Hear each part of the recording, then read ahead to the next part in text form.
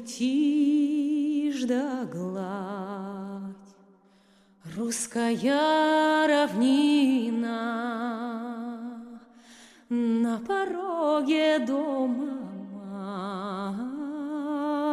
мать провожает сына, на пороге дома мать провожает сына.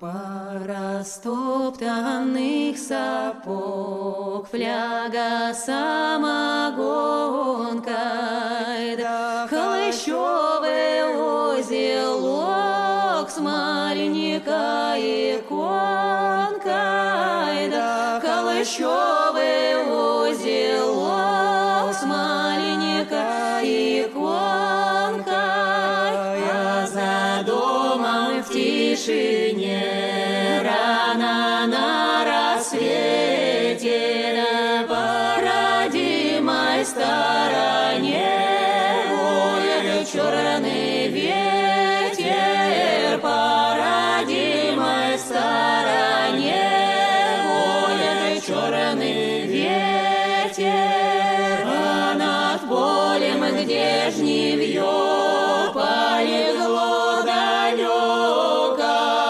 кружит в небе воронье с запада к востоку, кружит в небе воронье с запада к востоку. Ты вернись, сынок, на родной порог, говорила мать на прощание.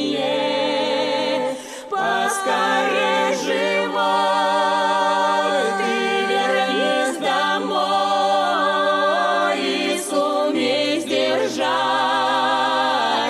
обещание.